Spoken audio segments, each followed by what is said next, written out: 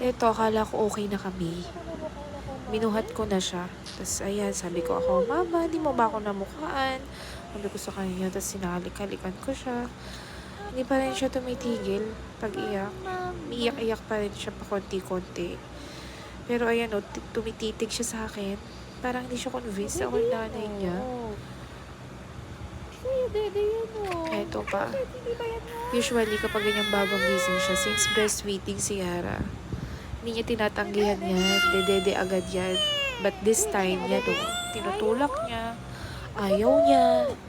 Sabi ko, something is wrong. Anong problema? Hindi na talaga ako natuwa. Kinabahan na agad ako. Sabi ko, hindi siya ganito. Gutom ka na eh. Tapos bumaba siya sa kama and then binubuksan niya yung pinto. Binuksan ko yung pinto. Ganyan kasi ginagawa niya pag nakita niyang wala ako sa tabi niya. Punta siya dyan sa kusina.